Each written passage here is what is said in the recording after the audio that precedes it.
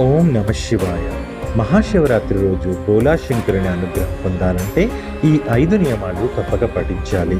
మొదటిగా బ్రహ్మముహూర్తంలో నిద్రలేచి తలస్నానం చేయాలి. వీలైతే గంగాజలం కలిపిన నీటితో స్నానం చేయడం శ్రేష్టం.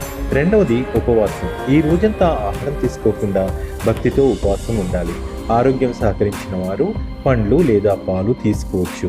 పగలు నిద్రపోకూడదు. మూడవది అభిషేకం మరియు బిల్వార్చన. పాలు, పెరుగు, తేనె లేదా పంచామృతంతో శివలింగానికి అభిషేకం చేసి బిల్వపత్రాలతో పూజ చేయాలి. ఇది అత్యంత పుణ్యప్రదం. నాలుగవది జాగరణ.